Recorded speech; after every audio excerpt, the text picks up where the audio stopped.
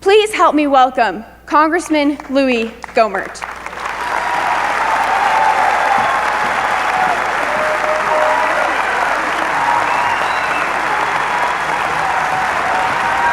Oh, thank you. Wow, I'm glad you act like that before I speak. I never know, you know. And some people were asking earlier today, why were you invited to speak there? You're not running for president. No, I'm not, and I won't ever. But as I understand it, you guys were told you'd have a variety of speakers. So they had good speakers, and they invited me to be the variety, you know. But anyway, I feel a little bit like the donkey that was entered in the Kentucky Derby. You know, comparatively, I don't have a chance, but the company is wonderful, isn't it? So anyway, well, yeah, and Ella gave you a bit about my background, but I also believe God has a way of preparing us for what's in our future, even when we don't see what's out there. And I didn't want to be a judge, didn't expect to. My brilliant mother kept telling me through the 80s, after I finished my commitment in the Army, she said, you know, God meant for you to be a public servant, and you'd be a good judge. I go, Mother, I don't want to be a judge. You know, I make more money than judges. You know, some of these lawyers are not very good. I couldn't sit and listen to them. But anyway, after Mother passed away, a brain tumor got her. And anyway, I was thinking about things my smart mama used to say. And I had a civil trial coming up representing a lady in her 40s. And the judge called after a preliminary hearing just shortly before trial, said, that's a mighty fine looking woman you had in my court the other day. You think she'd go out with me? So I know that's, for those of you that don't understand ethics, that's not appropriate, okay? Yeah. So anyway, so I know we need a new judge. I end up running for judge. And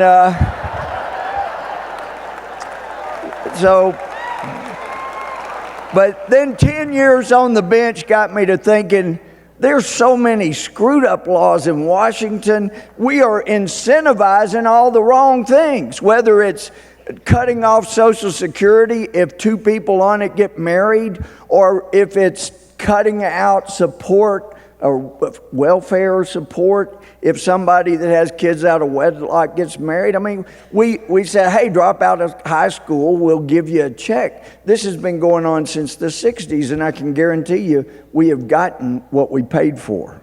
It's what you get. So anyway, I kept thinking, good night. We've got to have some change legislation. I'm not about to legislate from the bench, so I ran for Congress. But the very first thing I did when I was a judge, well, thank you. I guess that's better than y'all want me to go back to being a judge and getting out of Congress, so thank you. But very first thing I had to do, I had 1,000 guys out on bond. One guy had been waiting for trial 20 years. See, when you're out on bond and you know you're probably guilty, you're just happy not to go to trial. Well, I set up a hearing, one case after another, and I mean, I was calling them up, and my whole goal, hundreds of people, I had to say, are you the defendant? They'd have to say, yes. You understand your trial date such and such at 9 a.m. in the morning in this courtroom. You got that? Yes. And that was picked up on tape. The stenographer gets it down. They don't show up. I issue a warrant, put them in jail. Then they're ready for trial. So anyway, I was running through these things really fast, and I called a case. Guy came up with his lawyer, and I said, are you the defendant? So-and-so, and before he could speak, his lawyer said, Judge, my client's deaf, so we're going to need an interpreter for trial. And I said, that's fine. We'll have an interpreter for every other hearing after this. But today I got to make sure that he knows when his trial date is. So I looked him in the eye and I said, can you read my lips? And he looked me square in the eye and went, Now, I didn't realize it at the time, but that was good preparation for Washington. You know, where people will look you square in the eye and just lie to you. And it's still going on in Washington. You know, I was telling a Democrat has an office right near mine. I said, we're being told by Republican leadership we have got to pass this trade bill, got to, because this will allow us to limit the president and keep him curtailed the last year and a half. And he laughed and he said, well, what the president's telling us is, you guys need to support me on this trade bill because this is going to allow me to get around the Republicans for the rest of the time. Well, think about it. I having been here so many times in Denver and, just talking to folks backstage, we got some smart people here. Think about it. If President Obama doesn't really like to come to Congress and talk to us, but he does about the trade bill, and he starts calling members of Congress, which he really doesn't enjoy doing. And he invites members of Congress to come on Air Force One with him to travel if they'll, kind of help him out on his bill. And he promises, I will come campaign for you in the next campaign, raise money for you if you'll support me. How many here think that he's doing that so that it will limit what he can do his last year and a half? All right, okay. So we're on the same wavelength here, right? That man would not work that hard to pass a bill that was going to let us shut him down the last 18 months of his presidency. And I read the bill. I don't want to shock anybody, but I try to do that. And I went and looked. I read most of the TPP. I didn't get through it all. I'm for trade, I'm for free trade, but I am not for giving this president any more authority than that he's already illegally taken.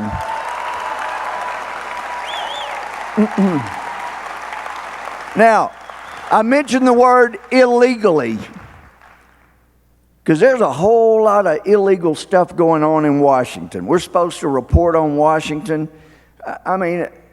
I got word when I was on the plane flying to Montana yesterday morning.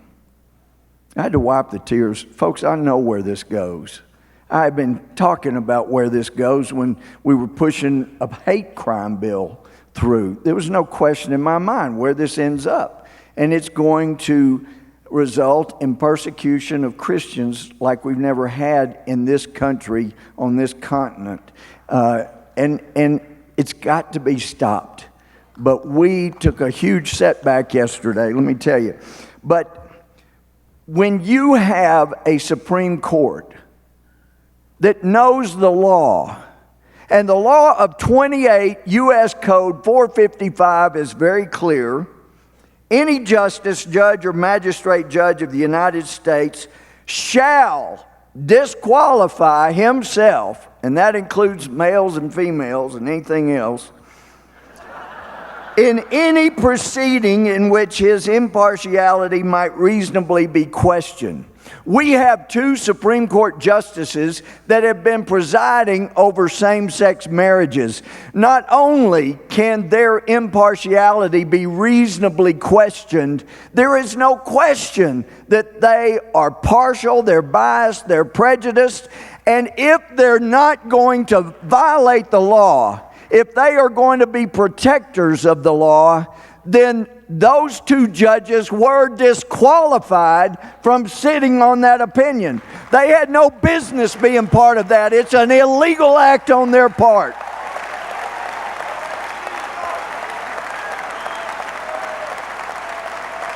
It was and is wrong. I don't care who does it, it's wrong. 2 Supreme Court judges were violators of the law. So what do? If you got a city council or commission and a couple of the members of the city commission council, they put a new law over the top with their votes, and then you find out they're disqualified. They're not supposed to be on that council voting. They're disqualified. Well, you have to do it again, and this time without the disqualified people. Folks, we got to demand better from this Supreme Court instead of breaking the laws they're sworn to uphold.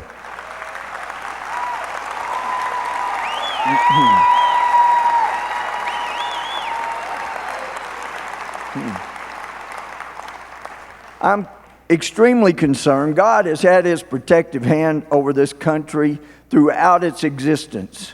And when you look at what happened, the Constitutional Convention was stymied. They couldn't get anything done after nearly 5 weeks. And that's when Ben Franklin stood up, that most people are taught was a deist.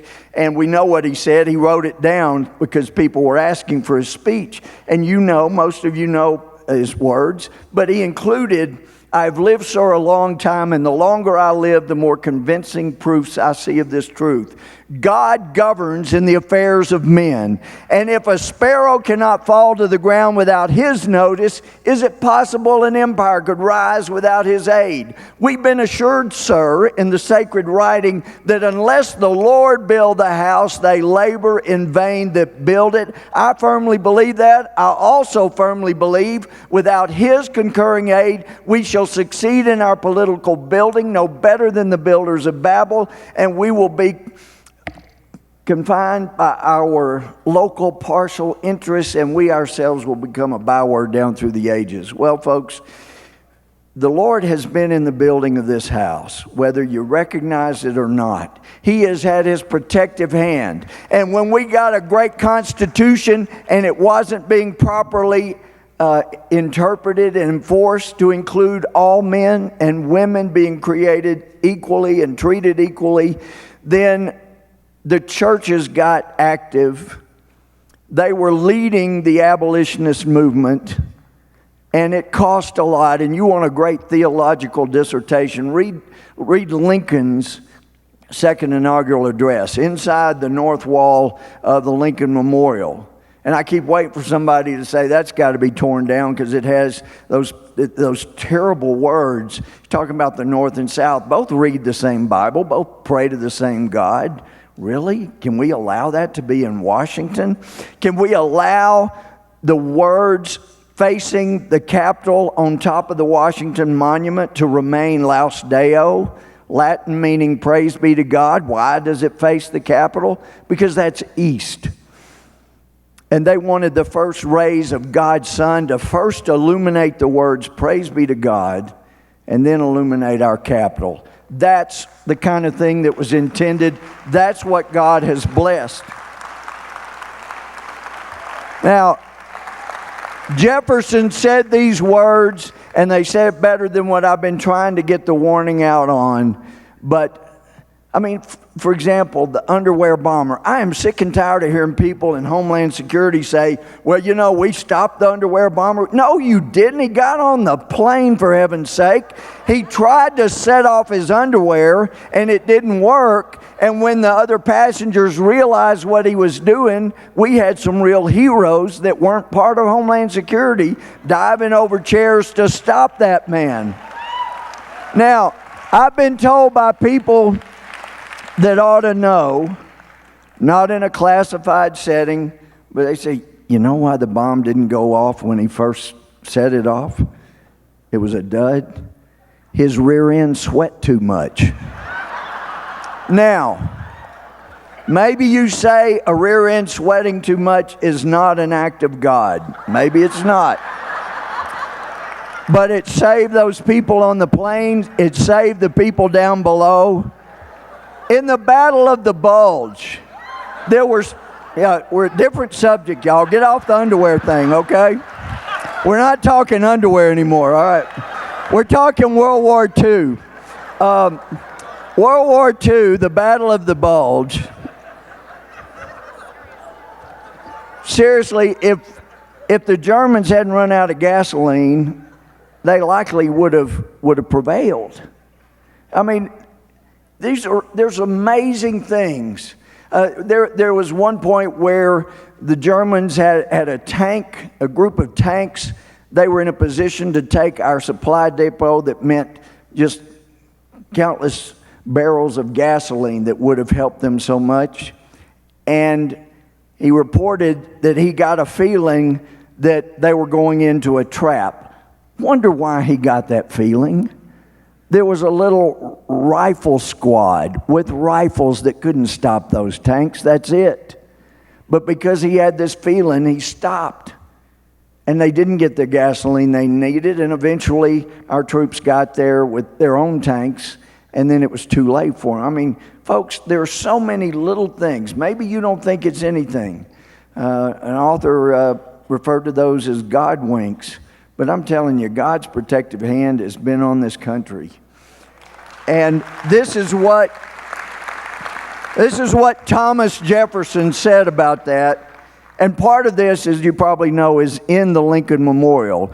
And can the liberties of a nation be thought secure when we have removed their only firm basis, a conviction in the minds of the people that these liberties are the gift of God, that they are not to be violated but with His wrath?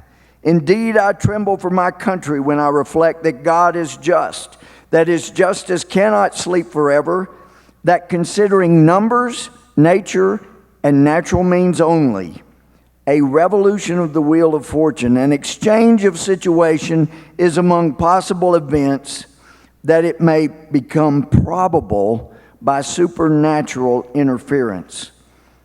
Folks, within a decade, a second great awakening began, and that led to churches demanding an end to slavery, others joining them, and that second great awakening prevented the supernatural destruction that Jefferson was referring to. We hadn't had a great awakening in the last 100 years. I think we need it. And let me just say, you're hearing presidential candidates, and since we're not going to elect another bald president, seriously, 1960 Kennedy-Nixon debates. That is the point in time, the line of demarcation where television became the most important factor in being elected president. So you don't have to be smart, but you've got to have hair after TV. So, now, but really, y'all have heard, that most senators and representatives get up every morning and look in the mirror and see a future president. Not me. And so people ask all the time, how is it that you have so much courage to stand up and say things other people are afraid to? Well, because a lot of people are thinking in the back of their mind, if I say this, will it come back to haunt me when I run for president?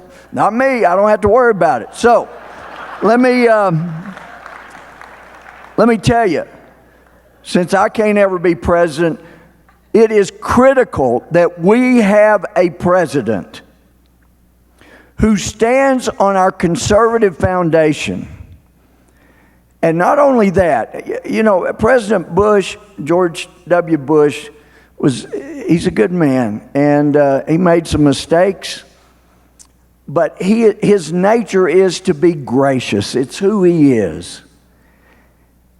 But he came in as president and said, all this wrongdoing that was by the Clinton administration, even taking off the W's, all this stuff they've done, criminality, improper acts, all these things, bygones. We're just going to let it go and start fresh. I'm telling you what, the next president can't do that. There's been illegal conduct in the IRS. There's been all kinds of illegality, whether it's criminal or not. There's been a lot of laws broken by bureaucrats. We've got the EPA and all these bureaucrats trying to take over. We got to have a president that will come in and clean house. Nothing about bygones. I mean, clean house. We can't go on the way we've been doing, where Democrats come in, they take us to the left, make us further and further in debt, have worse and worse policies, weaken our military more and more, and then a Republican comes in and then we just hold what we got, and then a Democrat comes in. No, it's time to stop. It's time to start going in the right direction with, let's gut these agencies that are trying to take away your rights. We don't need them. And we've got to have somebody that is not just going to appoint people they think are going to be good for the Supreme Court. I mean, look at the devastation that was caused by the appointment of John Paul Stevens by Gerald Ford. And not only was he destructive and part of the liberal left that kept voting in crazy ways, but he left when President Obama could appoint his successor. And then you look at Souter, one of the biggest disasters of the Supreme Court history. And George H.W. Bush, President Bush, came so close. He had, I was told by one of Edith Jones' best friends, I was saying, what a tragedy. We could have had one of the most sound, conservative, brilliant thinkers in the country, Edith Jones. I understood it was down between her and Souter, and my friend said, no, it's worse than that. President Bush had both of them sitting in the White House while he tried to make up his mind to figure out which one would walk out into the Rose Garden with him. And then John Sununu supposedly said, well, I'm sure she's great, but I know my friend Souter from New Hampshire would be a great choice. So they walk out in the Rose Garden with Souter instead of Jones. I'm telling you, that was a devastating blow to our country, to our Constitution, because then in May of 2009, he resigns, and so that's how we get Kagan and Sotomayor, those two. If they do the right thing of who they appoint, this country is looking good. Well, my time is up, but let me just tell you, we got to love with all our hearts, but it's like a preacher down in Denton said, you know, when people keep saying, Christian friends and God, God's in control, Louie, we don't have to worry. Tell them what Tommy Nelson in Denton says. Yeah, God's in control, but that doesn't mean that you lean on your shovel and pray for a hole. It's work time while we pray. Thank y'all very much.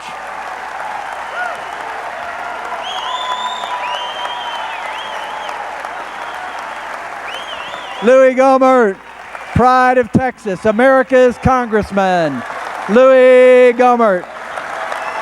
Here comes the judge. Here comes the judge.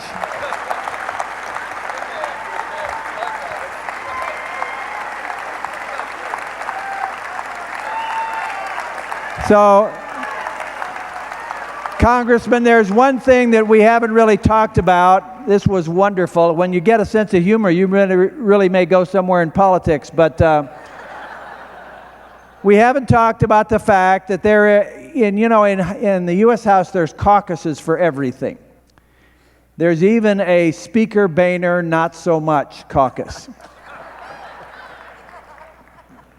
Congressman, we didn't want you to be lonely as a member of that caucus, so it's sort of like the This Is Your Life show where we have a surprise guest. A fellow member of the caucus, Congressman Ted Yoho of Florida, is here to join you. Come on out, Congressman.